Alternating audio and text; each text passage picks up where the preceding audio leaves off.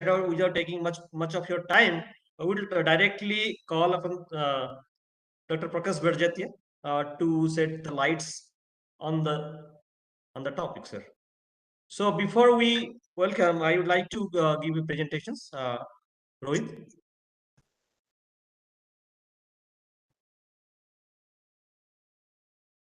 Rohit, the introduction part, please.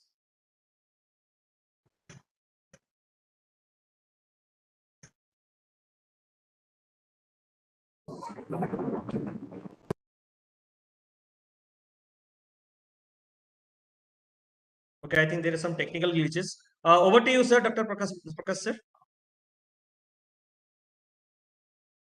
So, yeah, this is what we are looking for. So, Dr. Prakash Barjeta, as you can see in the screen, is the Director of Education and Training. He said the responsible for conducting lots of e-certifications courses, and this was in ISLE, and there are more than 70 students chapter of ISLE in different engineering and architectural colleges, and we would hear from Dr. Barjeta about what ISLE does and how it progressed and what we can do together with it. And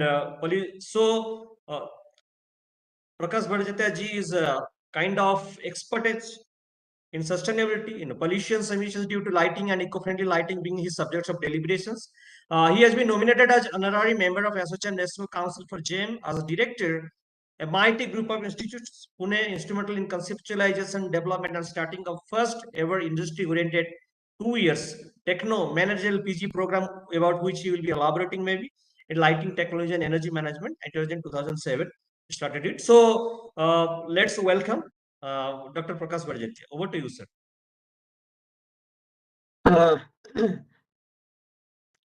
Thank you, Mr. Shuratrath.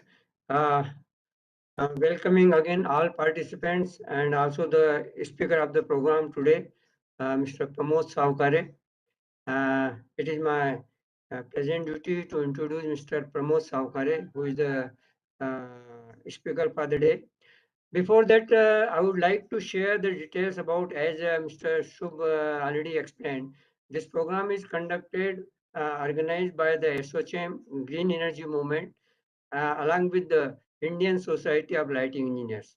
So before starting, I would like to share details about the ISLE, that what ISLE does and what are our activities.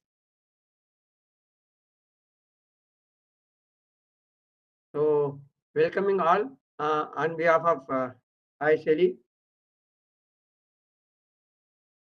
Welcoming all on behalf of the Indian Society of Lighting Engineers.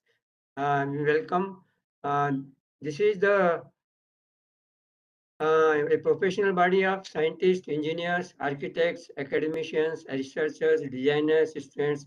Specifically, I will say in brief, if I say, this is all other interested in the subject of lighting, whether it is a literate or illiterate, irrespective of that. So this is the basic idea about ISLE.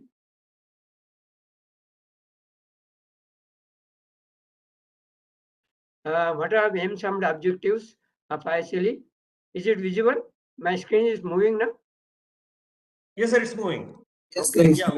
So aims and objectives of ISLE is promoting the art, science, and practice of lighting technology, advancing education and research in lighting technology, formulating lighting codes, technical reports, maintaining liaison and technical interaction with the national and international organizations, cooperation with the Bureau of Indian Standards, and providing guidance to young engineers for career improvement. These are the, in brief, aims and objectives. And these are the different activities you can have a look at that, conducting, organizing exhibitions, then lighting design competitions, education, scholarships, lighting courses, research projects, special events, standardization, seminars, conferences, all that. I would like to share that even every 2 years we are having our exhibition, and our next exhibition will be in 2023 at Bangalore. That is LII 2023. So these are the different activities are there ISLE which we are conducting. Now in brief, if we say what are the vision of ISLE. So our first vision is the National Lighting Code. This is the National Lighting Code. I think some of you may be aware, like National Building Code, other codes are there. Like that, there is a National Lighting Code which is covering, because lighting is a subject which is there in all spheres of life. So based on that, there is a national lighting code which is published by the Bureau of Indian Standards, what we know call them as ISI. And then it was made about 10 years back. First it was introduced, and now, as you know, that everything goes along with the time. So again, there is a review which has been taken, and the whole responsibility of reviewing the national lighting code has been given to ISLE, and we are happy that our Secretary, Honorary Secretary, Dr. Rajat Mandal, has done a lot of efforts. Now, this National Lighting Code revision has been already done, and it has been given to BIS for its approval and publication. Our next activity, National Lighting Center, that is Center of Excellence. Now, this is another vision what we have got, and we are working towards that. Like other countries, they have got a center for the national lighting activities, all including design, research, and whatnot. Third, our vision is the certification of lighting designers, like LC12P in USA. I think some of you may be aware that in overseas and USA specifically, if anybody wants to practice the lighting design, it is not just he can say, declare himself or herself that they are the lighting designer, but they have to pass the examination which is known as NCQLP. Now, similarly, we are also thinking and we are promoting this one and approaching the government of India to have a such sort of examination in our country. Now, this is our another activity which ISL is doing. Apart from that, we are working on skill development, educational, energy program, PG degree, diploma, certificate courses in lighting and illumination. So these are our some of the activities which are there.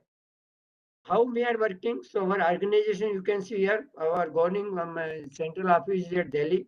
Then we are spread in four metros are there: Delhi, Calcutta, Chennai, and Mumbai. And along with that, we have got three more state centers at Rajasthan, which is at Jaipur, then Madhya Pradesh, which is at Indore, and Karnataka, which is at Bengaluru. So likewise, there are seven state centers. Again, in the each state center, there is a provision of local centers. Like we have got in Pune, Pune local center, which is under Mumbai State Center. Similarly, under Calcutta, we have got a local centers at Guwahati and Bhubaneswar. At Chennai, we have got a Hyderabad local center.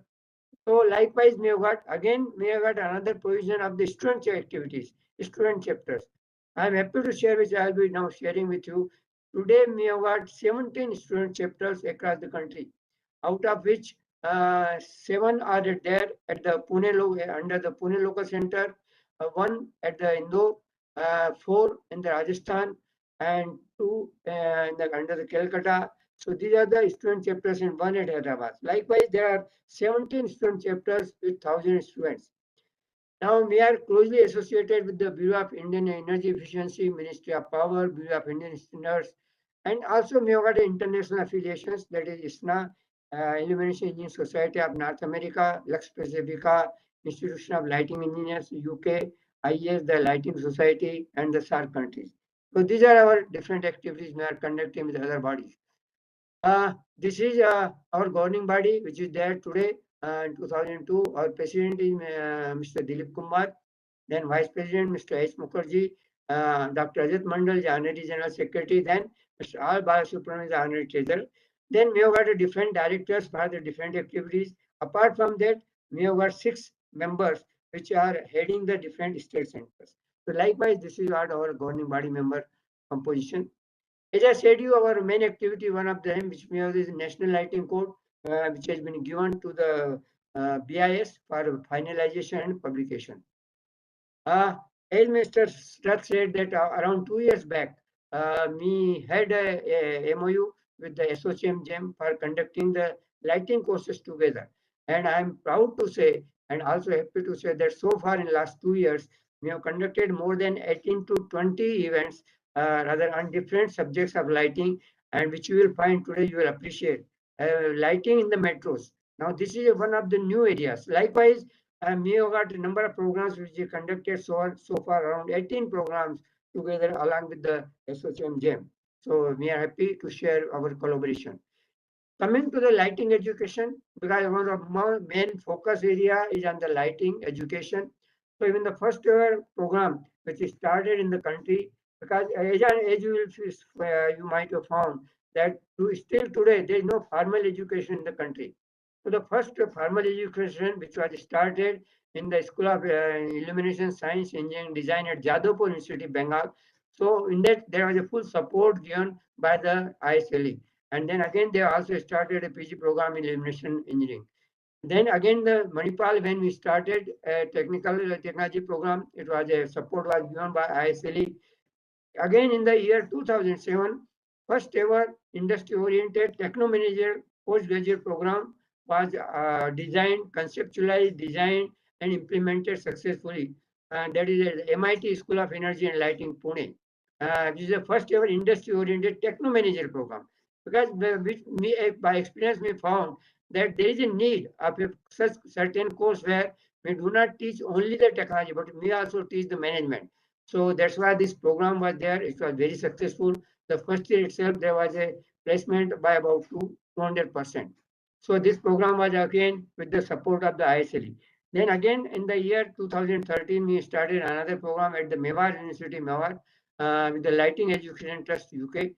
Similarly, again in the Lighting Design Bharati Vidyapit in the PG program.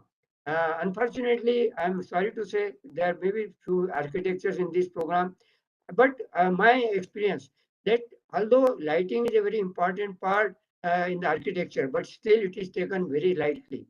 So I appeal to all the architectures particularly that lighting is very important, and considering its importance, even the Bharati Vidyapit, Jimdo Institute, Pune, they approached ISLE that they wanted to introduce the lighting design module in their PG program, which may help them, and they introduced successfully. Similarly, during Corona, when it came, then we conducted successfully e-certificate course in basics of lighting and illumination, and also the computer-aided e-certificate course in lighting design. So as I mentioned, today we have got 17 student chapters of ISLE in engineering, architecture, and so with around 1,000 students. Now, just I will touch upon the student chapter. So, basic requirement that there must be minimum 25 students in any engineering, science, or architectural college, any college, because now lighting is on the fields. And another requirement that there should be a minimum two life members as a faculty member or official from the institute, so that there is a continuity. Because students they become members, they pass out and then they leave. So to maintain the continuity, there is a requirement there must be minimum two life members are there, must be from the academics or from their officials. A fees, if you consider this is lowest, maybe by any organization, life membership for students for a complete tenure course of maybe 4 years or 5 years is only 500. But if any student wants only for 1 year, then the fee is 300 rupees. What are the benefits they get? They get the exposure to the subject of lighting, illumination by lectures, seminars, conferences, which can be arranged jointly by the ISLE and also with the initiative of the organization or the institute or college. Active visits, help in projects, help in placement, discount in events organized, supported by ISLE. So if they are the member, they get the discounts in their fees. Similarly, we are also publishing the e-copy of ISLE newsletter where you can share your ideas, views, and your expenses. Now, coming to the life membership and annual, you can see here very nominal fees is there by the ISLE. There are 5 categories are there. One is the institutional. Again, there are 2 categories are there: big company and the small company. And there is a fellow member and the associate member. And the last one is a student member. So these are the grade of membership which are there. So with this, we welcome to the world of lighting, get enlightened, and let us interact. For this purpose, these are our contact details are there. So we appeal to all of you to join hands to strengthen the ISLE so that we can conduct more and more programs jointly together. With this,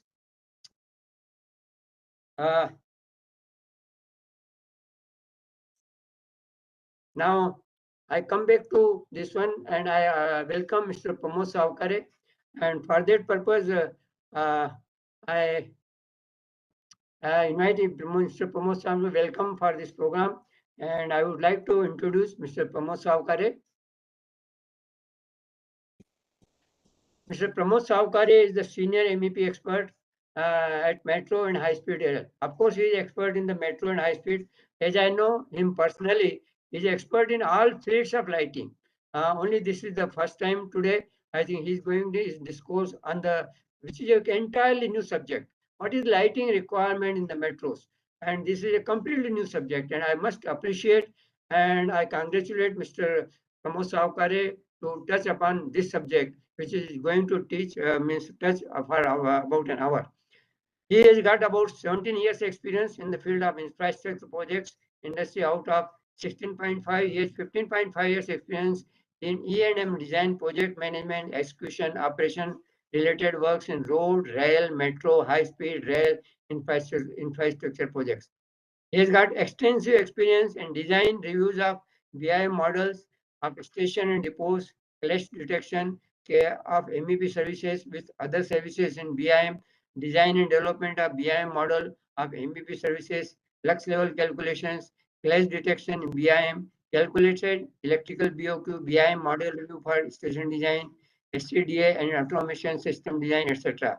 Hands-on one, professional expertise of softwares like Dialux, Relux, all these are the softwares which are used in the lighting design and per se. So with this brief introduction, I welcome Mr. Pramod Savkare and over to Mr. Pramod Savkare. Thank you, sir.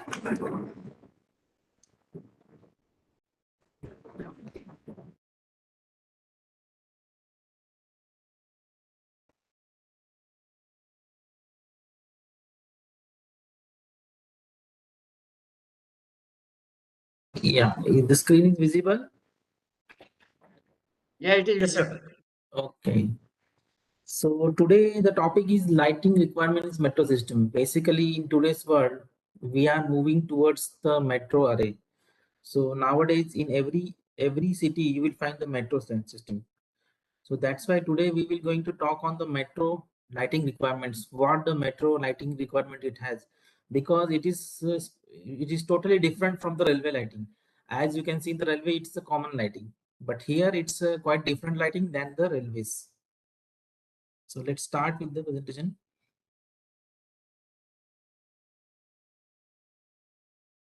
So the first agenda is what is the type of the system, what we have in this our country, then what are the lighting requirements, then what are the lighting level requirements specifically for the metro system what we have, then what type of luminaire we use for the illumination purpose of the metro system, then area wise specific requirement and emergency lighting. So basically we have two types of metro system in India. First is underground. So basically this system runs on the totally underground railway system. So currently we are having the metro under system in Kolkata and Delhi. In Mumbai also it is going to start in line 3 project. Then we have mostly in other cities we have the elevated or surface metro railway system. So this elevated they have the columns and the girders, so it runs on the elevated corridor. And in some combination of the city we have the mix system, means it's a combination of underground plus elevated. So this is a typical elevated metro system we have. Then this is a totally underground system. Okay. Then why we require the lighting in the metro system? Basically, what is the purpose? Purpose of the lighting in metro system is basically the safety of the passenger, safety and concern of the passenger. So that is the main requirement of the lighting system in a metro system. So whenever we do the illumination, so that is the first purpose is safety during the night time or foggy weather condition. So the people can easily move around the station and they have the proper transport system through the services. So we have the metro underground building, then we have artificial illumination also required. And since the daylight cannot be used, so underground metro system is totally, when we consider any metro station as underground, so that is totally illuminated throughout the 24/7.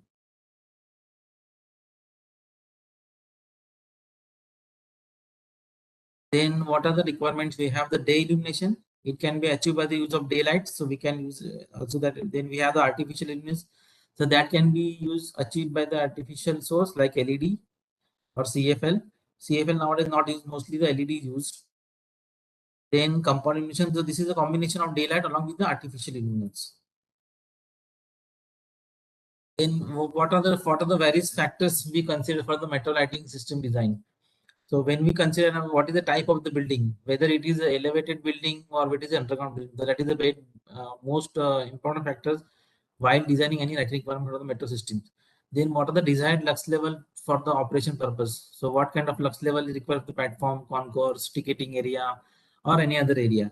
Then minimum lux level for the emergency during the power failure. So this is the main, these are the factors which are the mostly important for the lighting designing of the metro system. So we have the differently two areas in the metro system. One is public area and non-public area. In public area, we have the where the passenger movement is there. For example, parking area, approach roads, enter and exit, drain train display area, circulation area, platform area, concourse. The concourse may be paid or unpaid. Then we have building facade, signage, shop, food outlets, landing and restroom and toilets. So these are the area where the public movement is there. That's why it is called public areas. For each area, the lighting lux level is different.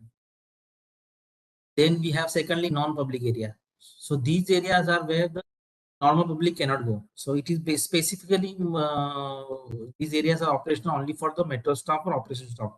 So only those service persons can go in this non-public area. So especially it comprises of depot where the train goes on the halt or parking, then workshop and car shed, inspection bays, viaducts, tunnels, office spaces. So this may be the your control metro control room, security room, maintenance room, or station manager room, or cash, or maybe their locker room, bathrooms, and toilets. Then substations where the mostly your train get charged from the station. Then SND, there is signal and telecommunication room, equipment room, where the mostly the equipments of the signal and telecommunication are kept. Then we have the storerooms. So these are the areas where the non-public requirement is there. Then as per the lighting codes, National Lighting Code and SP72, we have the different areas.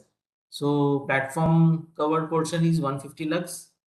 Then on the edge of platform, it should be 250 lux. Okay. Then on the concourse where the passenger movement is there the lux level requirement 250 lux. Then entrance area, it is 200 lux. Passenger staircase and corridor 150 lux. Then escalator movement is there where 200 lux is sufficient. Then booking counter 300, toilet 100 to 150, lift landing and lift interior 100 lux, and parking area. Then this is the requirement for the non-public area where we have the electrical room. The average lux level is 250 lux. Then equipment and other operational area, there is 300 lux. Booking counter, audit room, catch room, access fair room, 300 lux. Then we have SCR, that is station control room. The lux level requirement 300 lux. Then storeroom 150, battery room 250, cable termination 150, signaling room 300. Then telecommunication room is 300 lux, staff room. So these are the areas where the non-public areas are there. Then what are the codes we follow? Mostly we follow IS 3646, then Indian Electricity Act, ECVC code, conservation code, and National Building Code. So these are the codes which we use for the lighting of metro system. Then software we use for the simulation is Dialex or Dialex Evo, and for detailing we use AJ32. So these are the software we mostly use. This is a typical simulation what we have done in Dialex Evo. You can see. So this is the typical concourse area of a metro system. You can see this is the fixtures. Okay, and this is the isolux diagram is created with the help of the Dialex Evo. So this is, you can see the vertical lux level calculation also there, that you can see. So this is a typical layout performed in a Dialex Evo.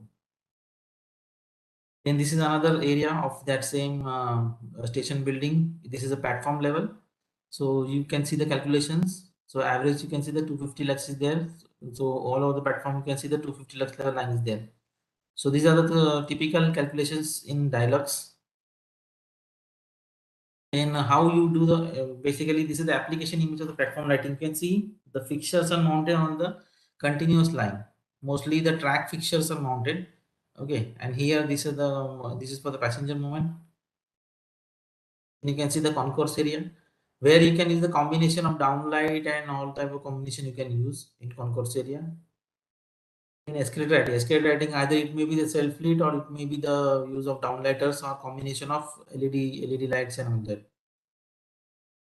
Then we have the tunnels. So mostly tunnels are illuminated because the tunnels contain lots of services. You have the firefighting services, you have the electrical services, you have the communication services, you have the OHE which is running through the tunnel. So that's why the tunnel should be illuminated, and these lights are on for 24/7. So no lights is switch off during the operation. So even though in this also we have the emergency lighting and normal lighting. So most of the fixtures are already battery packed. So all are emergency pack fixtures. So in case of failure, we have the backup also through the UPS or through the DG, the supply is fed up. So this is a typical tunnel lighting design, tunnel lighting fixtures, how the tunnel is lit up with the help of tunnel light fixtures. And this is a typical image for the facade lighting. You can see the lots of facades in there. So you can design for this signage lighting and facade lighting for the typical metro station. So this is a typical facade lighting application for a typical metro station. Now comes to the type of luminaire. Mostly what type of luminaire is used for the metro system? There are basically lots of types of it, but mostly we use the types of which shall be minimum type which help the maintenance inventory. So the fixture should be non-maintainable. So it should be have minimum maintenance so that once it is fixed, because we have the so much passenger movement and people movement in the metro station. So it is not possible to remove the fixtures during the operation. So whenever the station is non-operation, on that time only we can maintain the fixtures. Then we have batten type fixtures, which is mostly used in electrical room, equipment room, and other store room, battery room that we use. Then we have recessed luminaires, which is mostly used in office areas like booking counter, audit cash room, access fair room, station control room, cable termination room, signal room, telecom room, staff room, cleaner room. So these rooms we have where we use the recessed type of 2x2 fixtures mostly used. Then we use medium bay and high bay also. Medium bay, high bay mostly used in the workshop where the depot workshop is there, where we have the high-rise building, high-rise ceiling is there. So there we use the high bays. So this is a typical application of this platform lighting. You can see the fixtures is mounted on the track. So you can see here the fixture is mounted on the linear track lighting. Okay. So this is the track mounted linear LED lights. So this is where the platform is illuminated. And this is the concourse, typical concourse. So we can see the concourse is illuminated with the help of downlighters and with the help of indirect lighting. So this is the mix and match up lighting with the help of LED strip. You can see the LED strip is engraved here in this edge of this what you call corridor edge, and the whole other area is lit up by the downlighters, which is kept on the top of the ceiling. So this way combinations also can be used for the concourse lighting. Then this is another example of a concourse lighting. You can see the straight LED battens, which is the suspended LED battens, are used for the lighting of this concourse area. And you can see the tunnel lighting. Same, you can see the lots of services are running through the tunnel. So that's why tunnel lighting is due with the LED, with the LED batten or LED IP65. So there are also asymmetric fixtures which is mostly used on the platform type. So it should not cause the glare to the train driver. Then downlighter shall be used in the restroom to reduce electric consumption.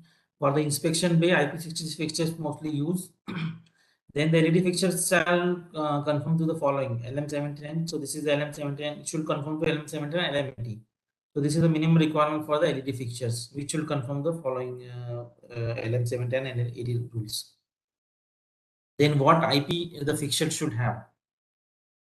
Mostly the fixtures which you are going for the outdoor area like high master street lighting, that can be IP65. But for the indoor area, you can use IP20, not more than that.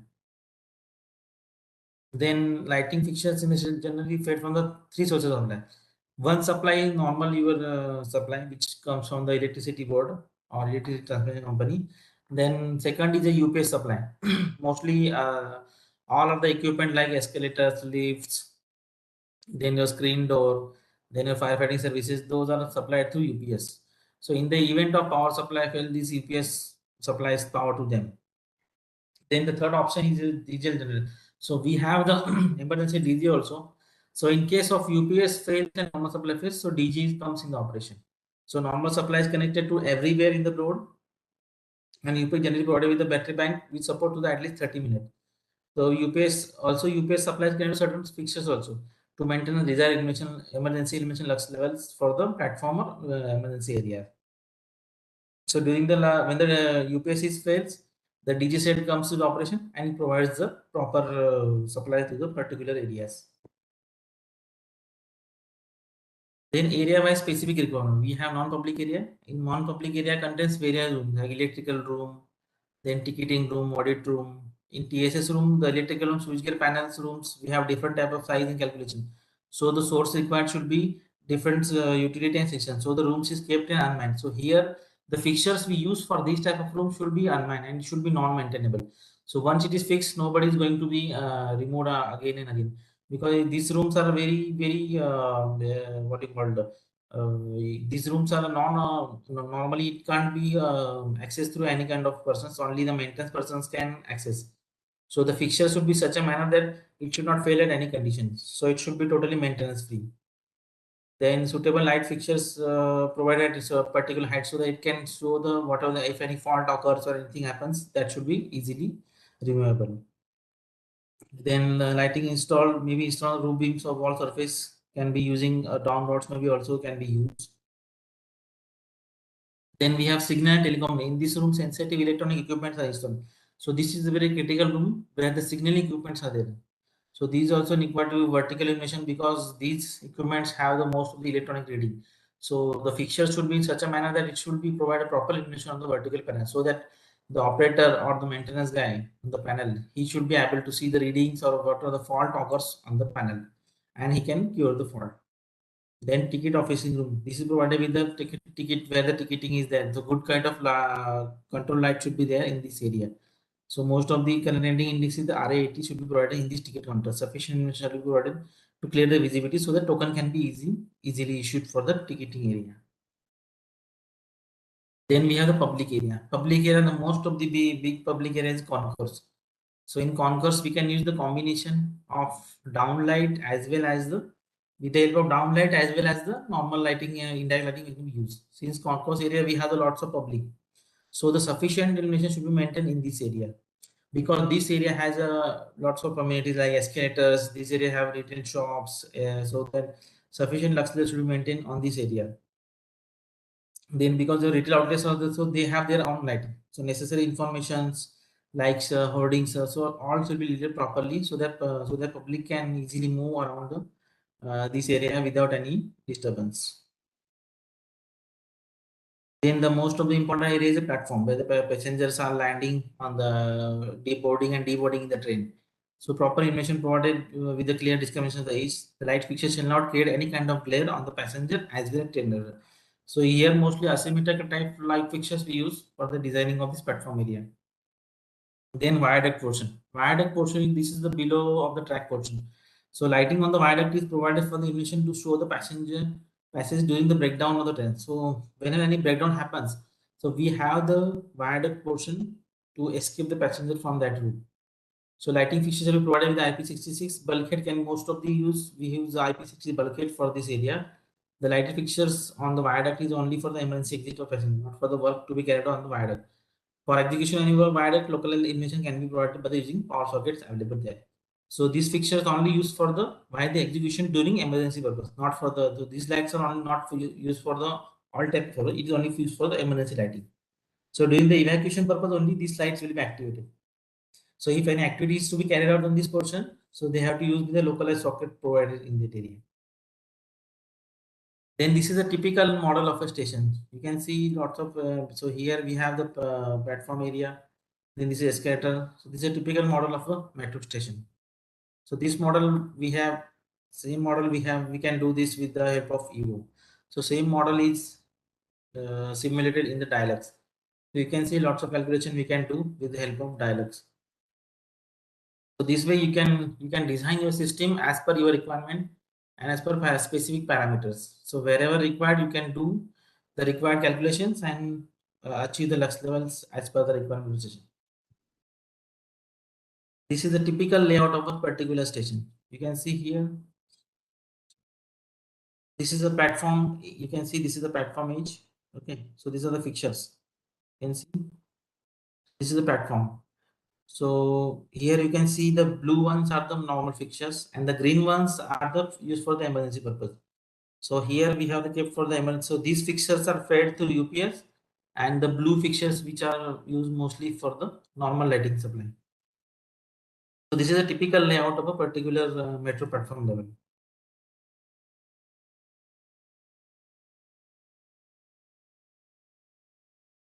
So what software we use? Dialux, Evo, then Aegis and CAD.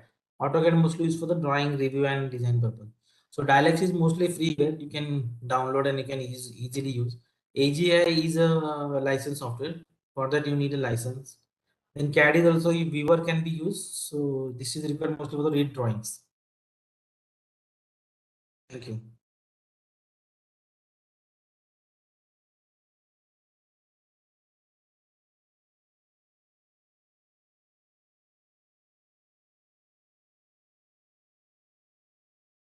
Anybody has questions? Thank you, Professor. So there are a lot of things, sir, that we would like to know. Thank you for that. I mean, such a small time, you kind of concised it all the design aspect, a lot of aspects inside that, and we are thrilled about because when we go to the metro stations and everything. So there are a few questions that also came to me. Let me scroll through. We're here. Okay. Okay. So the questions that are coming is like, sir, whenever we are going to the underground, okay, and versus when in the first floor, or I'm not talking about the surface level, inside the underground. If you're going into a deep underground kind of metro stations versus one step up, mostly I do not understand why. So there some people have the same queries that the design is different. I mean, if you go to deep down tunnel, it is more like dark and patches of lighting kind of. Am I wrong? I mean, but in the first floor, if you go there, there is a luminosity will be increasing. Is there any Yes. special reason for that, or it's like the standard pattern that we have been adopting for years by our No, no, communities? no. It may be the some of the fixtures may be fail, but generally whenever you go down, the sufficient lux level should be maintained. It should not be dark and what you call bright. No, Because if dark you means go it's there, you will. patches of light. I mean, it's Yeah, not yeah, like yeah, yeah. that Yeah, will yeah. like. It's not evenly illuminated. Yes, yes, yes. So mostly you can see over there. We can improve the lux levels in that area, because that is not allowed, because in tunnel lighting you can see that kind of pattern. In tunnel you can see that pattern, dark and bright, because tunnel nobody is going to move, only except maintenance guy they will go. So no normal public is not allowed in that area. Okay, okay. But on the platform and other area there is a even illumination is allowed, and that is provided.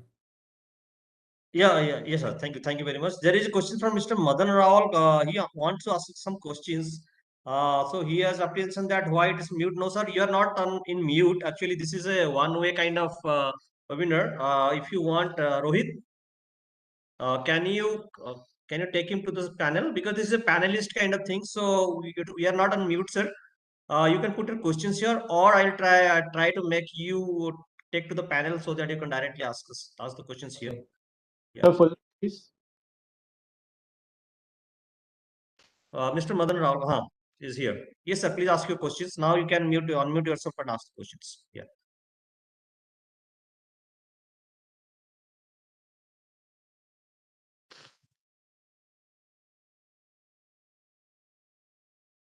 Or let me unmute it. Let me check. Okay. Can you hear me You're properly? unmute, sir. You can ask, Mr. Madan. You can ask. Yeah. Yes. Good afternoon, everybody, and thank you, Mr. Pramod Savkar and Dr. Barjatia. Been Thank you, sir. quite, quite enlightening to go through a very, I would say, a fast, high-speed presentation on lighting for metros, which in today's context, I would say, is very much needed in India.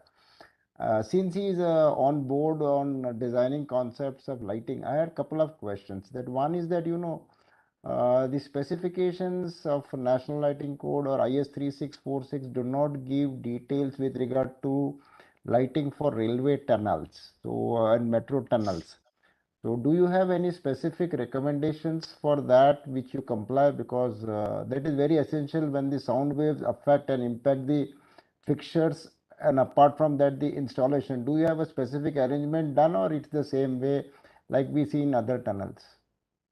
No, no, we have the specific. Normally in tunnel we design 15 to 20 lux average. No, So not from the mostly lux for the point of view. tunnel. I am talking from the No, product specification compliance point of view towards vibration. product specification mostly we use LED bulkhead in that. No, my point is that, like say for example, for our traffic tunnels, similarly for high-speed train tunnels, the vibration impact and sound waves do have vibrations on the structures. So our fixtures has to comply to that requirement. So but I have not seen any such compliances mentioned apart from one or two fixtures who are technically called as they are the only ones who are approved to supply. So are there any specifications for other lighting companies to come out with the products to meet that requirement? Yes, specifications are there. You can follow that because in tender they mention all the specification. So it should be IK 10 or more. No, it's not the question of IK 10 is an impact part. I am talking from the vibration of sound compliance. Okay. In the specification part, it is mentioned, sir. Well, okay, I'll just maybe I have not yet come across. That was one. Second one was. I will share with you the specifications. You can see in that. Thank you so much. Secondly, nowadays in India we have so many elevated, I would say, railway corridors running crisscross all across the city. Do you have any plans to standardize the street lighting to be a part of your area where your viaducts can be used for street lighting points? Because that will to a great extent give lot of free spaces for one more lane to be added on roads. Because wherever your viaducts are going, you get a height of around 7 meters, 8 meters, or maybe 10 meters. Correct. So bottom of that can be used for as street lighting points because you have a standard spacing of 25 or 30 meters for each. Yes. That would take care of lot of street lighting requirements on that corridors, and it will free lot of extra spaces, which is I would say very much needed. So right. On board of this, I would say metro lighting and illumination design. These are the changes probably, nowhere in the system it is highlighted by any standards.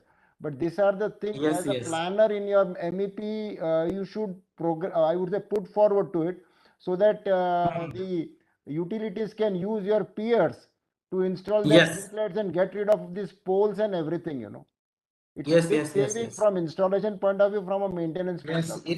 It all depends on the metro authority because my point is from a lighting design concept, when you put it across, it can become a big boon because few thousand street lights are there in every city. We are going to have more than 20 cities in India in next 10 years to have metros. Yes, sure, sir. Yes. Your point is right. Yes. We can remove the poles and avoid the street lighting poles with the help of that. And secondly, I had one question that these metros now, because of these LED technologies, there are 2 points I wanted to check. One is that do you adopt what we call it as dimming systems for the railway, the metro stations, be it public areas, be it non-public areas? Yes. We take the dimming system to the concourse area. Because so mostly when the evening is concourse area, we provide the dimming system. So that was not that was not included. So I thought I will just check with you. Secondly, I have not included, but it is provided. Secondly, secondly, I have seen that starting from Delhi Metro, which was maybe say 20 years back, the specification of that remains constant for all metro lines all over India, except that you change the light source. But the lighting technology has changed world over. And secondly, the lighting design concepts in metros outside India has changed country-wise. But in India, we have like a typical Indian Railway metro station now appearing like a Delhi Metro railway station everywhere. From a lighting perspective. I'm not talking from your design perspective of architecture. Any metro tender, it is basically a DMRC tender. So all they follow with the DMRC norm only. No. My point is, if there are fundamental design deficiencies 20 years back done by Delhi Metro, the same is being carried forward today also. Yes. Even though you can see in the Mumbai Metro Line 3, all the specifications are DMRC specifications. No, I'm telling you, the point is, there can be a guidelines of DMRC metro standard. But, But you cannot have the same mistakes getting covered everywhere in lighting for everywhere. Yes. It should not be copy paste. No, but these are the serious problems when you talk of taking India to the next level. Right. I tell you, the fixing arrangement of a Delhi metro station where the luminaire gets corroded by 4 or 5 years everywhere. In every, I would say, metros, you have to replace luminaire by 4 or 5 years, whereas the LED is supposed to work for 10-15 years minimum. Yes, correct. Secondly, your elevated metro stations, your luminaire is very close to the railway track. How do you maintain a series of luminaires when they fail? This is the challenge they have been facing and they continues to face. Yes, right. Madanji, we can kind of take some more questions also, sir? Oh, yeah, we are like my point is over. If you Thank can you ask so one much. more questions, yeah, that will be My great. point is Yeah. over. Thank you so much. Mr. Rath, I would like to Yes. share something. Yes, sir. Please go I'm ahead. happy to see here the discussion between the two Yes, stalwarts. yeah, really. Incidentally, I know both of them, Mr. Acha, Madan okay. Rawal and Mr. Pramod, and they are the Okay. two Yes. stalwarts in the field of lighting. Sure. And I think you have put a very right question you have brought now. That when we make the specification, we just follow as it is just now mentioned that Delhi Metro we are following everywhere, including mistakes. Yes. I'm sorry to say these words, but I know because when I was in the BIS committees, and as you know that in BIS we follow straight with the IEC and other international standards. And I would Yes. like to at the time when I used to discuss when I was in CIRT, that they say that we adopt as it is. And when at the time, sometime I wanted to discuss that we should make the specification as per our need. But now what is our perception that whatever is there, including me, that's why in fact so many ISOs they have been adopted as IAS, including the mistakes. This is a fact. So anyway, I think this is a good area which you discussed today. That yes, we should make the specification as per the need, not just copying from the Delhi or from anywhere. But unfortunately, my experience last say almost now 45 years experience is there, including in defense and everywhere. We are just following blindly, cut paste. That's all. So I think we should come out of that. So you are the two experts, and some more maybe there in the audience. I'm sure. I think this thing has to be taken up by under the National Lighting Code, and we should evolve the solution. Thank you very much. Thank you, Madan, sir. So there are few questions. Yes. If I can ask, yeah. Yeah. So there is a question from Ms. Swati Agrawal. So the question is there any specifications for finishing materials for public areas that should comply with the lighting requirements related to color, set, etc.? Is So there any guideline? basically, each project they have the different architecture team. The architecture team decides all these things. So there is no specification for the finishing material. So basically, it depends on the client requirements mostly. Mostly So the like theme architecture based. team decide. Yeah. Architecture team decide these specifications of walls and flooring. So depends on that, we can provide the lighting.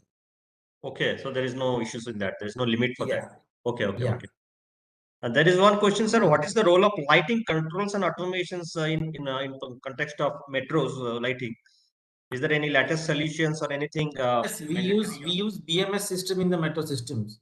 So basically, this automation mostly used for the controlling of the lighting system. Mostly whenever we don't have the public moment in particular area, so those fixtures can be either dimmed or it can be switched off.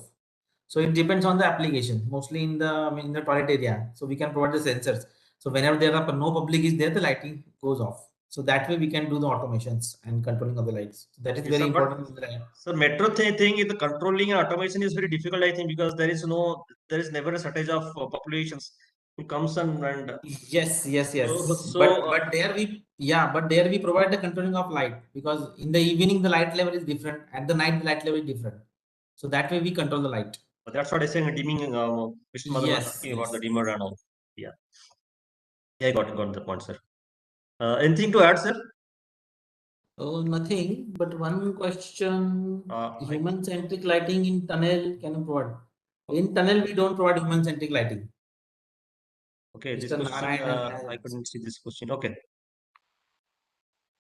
I think it came to you directly. Okay. Yeah.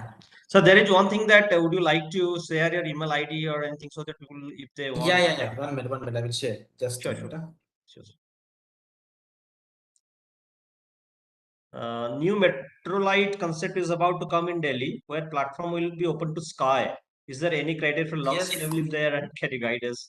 Very interesting questions are coming up now. Yeah. In that system, mostly the roof they have the natural lighting source. It will be like astronautical switches or some sensors or something. I mean astronomical switches or something like that. Maybe. Yes, yes, yes. But it will take time, not now. Okay. Okay. Yeah. Got it. Is there any lux level for that? I mean, in this kind of areas, when it is open to sky, and how do you know? I mean, by simulation, of Nowadays, course, the but standard is not defined. The lux okay. level is yet to be decided. Okay. Can you allow me to share the screen so that I can share my contact details? So you can just write in the chart box so that everybody can. Yeah, yeah, yeah. 1 minute. Yes.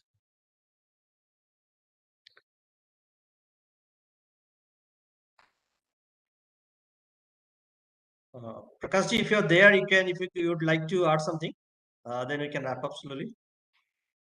But it is an interesting Yes, my session. contact details I have put it on the chat box Yes, sir. so that you can note down. Thank you. Thank you. Thank you very much, sir.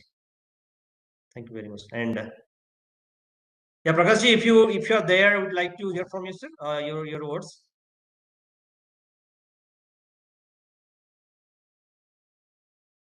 I think he was mentioning about going somewhere maybe. So I'll just wait for I will wait for a few seconds, and if he's there, that's good. Otherwise, we can wrap it up. Yeah, Yeah. yeah, he's there. Okay, sir. Yeah. Okay. So is it over now? Yes, yes. Yes, sir.